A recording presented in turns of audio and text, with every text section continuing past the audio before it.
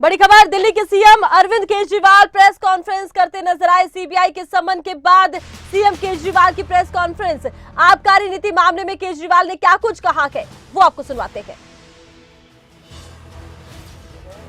इंपाउंडिंग order 18/2023 का और इंपाउंडिंग order 5 जनवरी 2023 का 4 फोन उसमें से इनके पास हैं और एक सीबीआई का ये डॉक्यूमेंट है, एक फोन सीबीआई के पास है। तो 14 में से 5 फोन तो इनके अपने पास ही हैं। जो कह रहे हैं कि मनीष सिसोदिया ने तोड़ दिए, उन 14 में से 5 फोन ईडी और सीबीआई के कब्जे में हैं।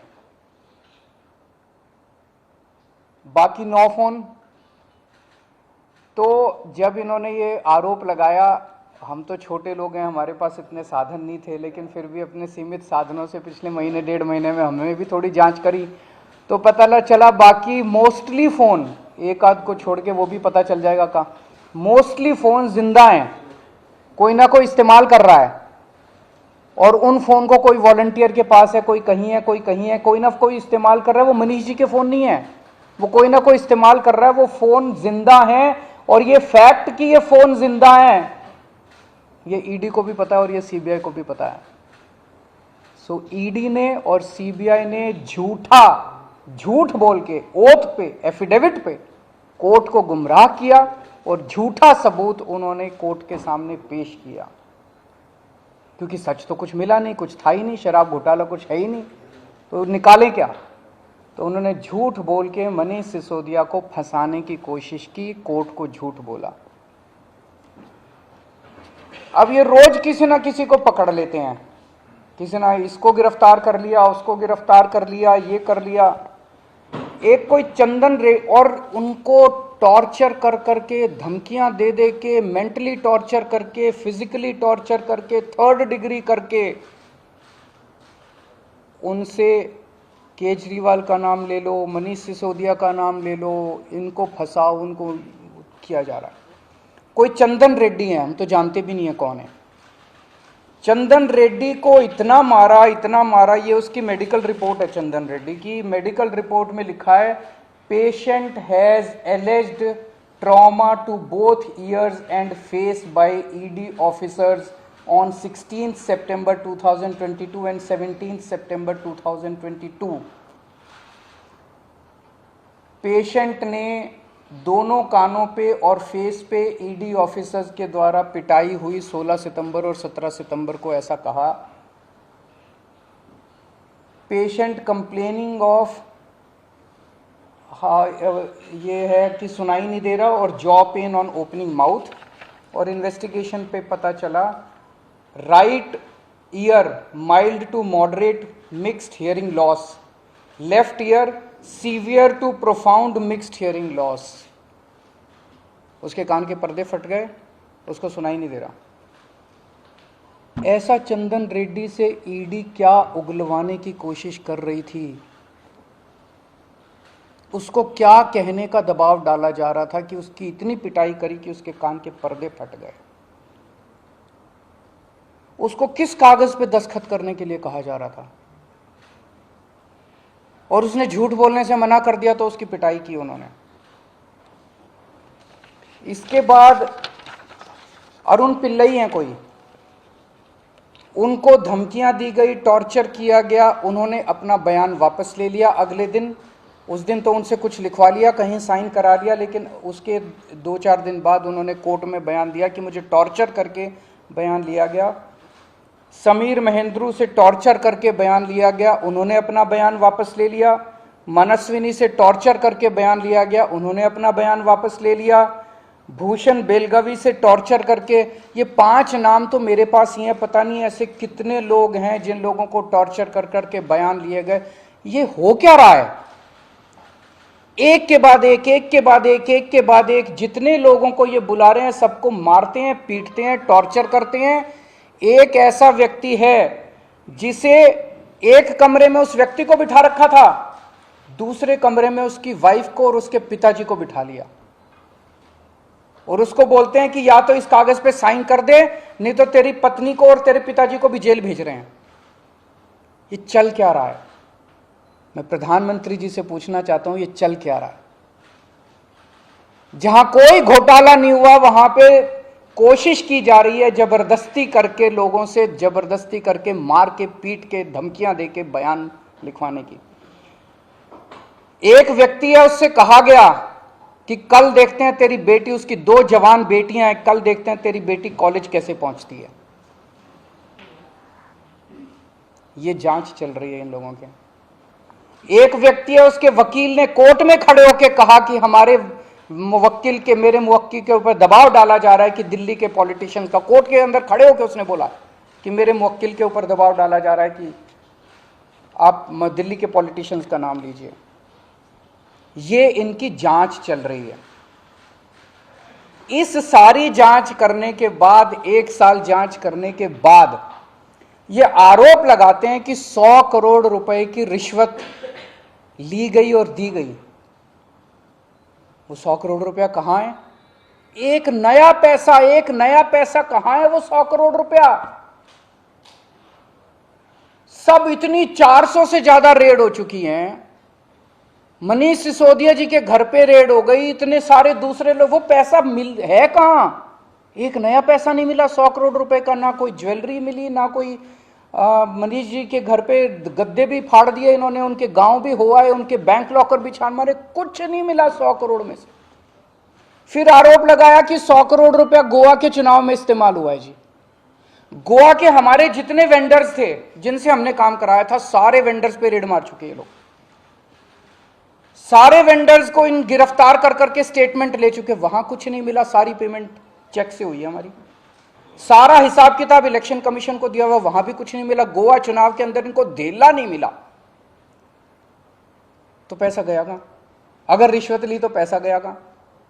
अरे पैसा तो तब मिलेगा ना जब रिश्वत ली गई होगी और रिश्वत दी गई होगी। आज मैं इस प्रेस कॉन्फ्रेंस में कह रहा हूं कि 17 सितंबर को शाम को 7 बजे मैंने नरेंद्र मोदी को 1000 करोड़ रुपए दिए थे। कर लो गिरफ्तार उनको। ऐसे तो कोई भी इस देश में खड़ा होकर कुछ भी कह देगा। मैं कह रहा हूं कि नरेंद्र मोदी को 17 सितंबर की शाम को 7 बजे मैंने 1000 करोड़ रुपए दिए थे। गिरफ्तार करोगे इस बेसिस पे नरेंद्र मोदी को? भाई मेरे पास कुछ सबूत तो हो कहने का। कोई तो मैं कहूंगा भाई मेरे पास ये सबूत है, मैंने दिए थे। ऐसे ही कोई कुछ भी खड़ा होकर कह देगा और गिरफ्तार कर लोगे। 100 करोड़ रुपए दिए, 100 करोड़ रुपए दिए गोवा चुनाव। अरे कहां है सबूत? कोई सबूत नहीं है।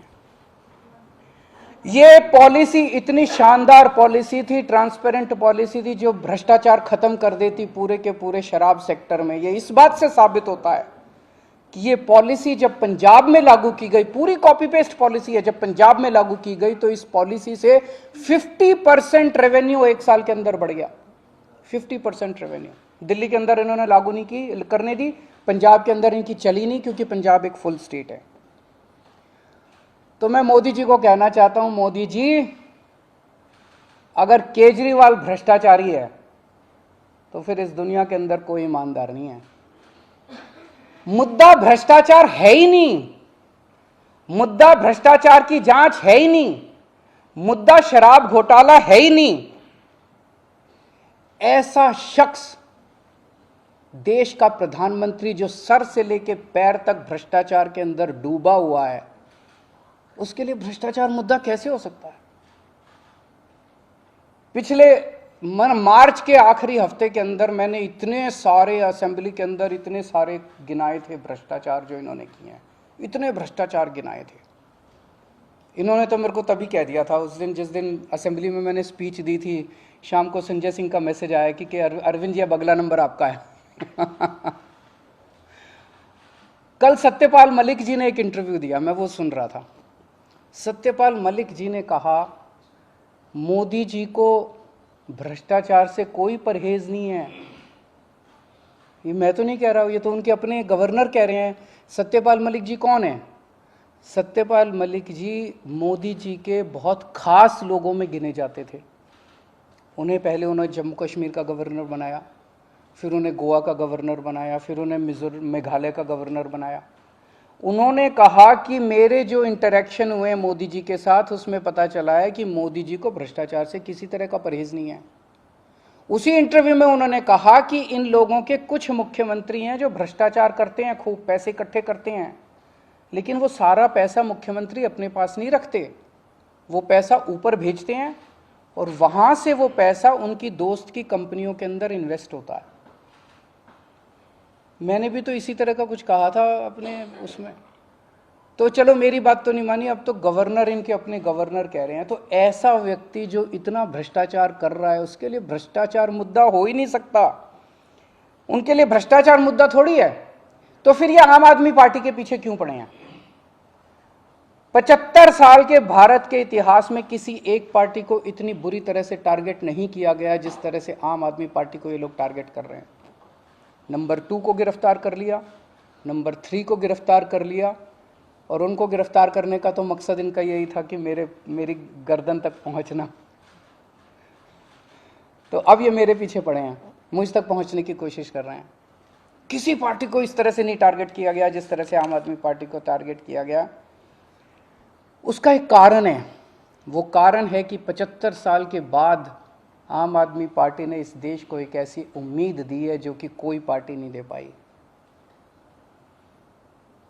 गुजरात के अंदर 30 साल से बीजेपी की सरकार है, उसमें 12 साल प्रधानमंत्री मोदी जी खुद वहां पे मुख्यमंत्री रहे। 30 साल के अंदर ये एक सरकारी स्कूल ठीक नहीं कर पाए, एक भी सरकारी स्कूल ठीक नहीं कर पाए। जब मोदी जी को फोटो खिंचवाने के लिए सरकारी स्कूल में जाना था तो एक टेम्पोरेरी क्लास, एक टेंट के अंदर टेम्पोरेरी क्लास बनानी पड़ी इनको फोटो खिंचवाने के लिए। फोटो खिंचवाने लायक सरकारी स्कूल भी नहीं बना पाए। और 5 साल के अंदर दिल्ली के हमने सारे सरकारी स्कूलों का कायाकल्प कर दिया। 5 साल के अंदर हमने सारे सरकारी स्कूल ठीक कर दिए। इस देश के लोगों को आम आदमी पार्टी ने एक उम्मीद दी है कि केवल आम आदमी पार्टी उनकी गरीबी दूर कर सकती है, उनको शिक्षित कर सकती है, उनके बच्चों को रोज़गार दे सकती है। आम आदमी पार्टी ने इस देश के लोगों को उम्मीद दी है। प्रधानमंत्री जी उस उम्मीद को कुचलना चाहते हैं। प्रधानमंत्री जी नहीं चाहते कि वो उम्मीद आगे बढ़े, क्योंकि अभी तक इन सारी पार्टियों को की मिलके जो लूट चल रही थी, अगर इनको स्कूल बनवाने पड़ गए, इनको अस्पताल बनवाने पड़ गए तो उनको लूटने के लिए पैसे नहीं बचेगा।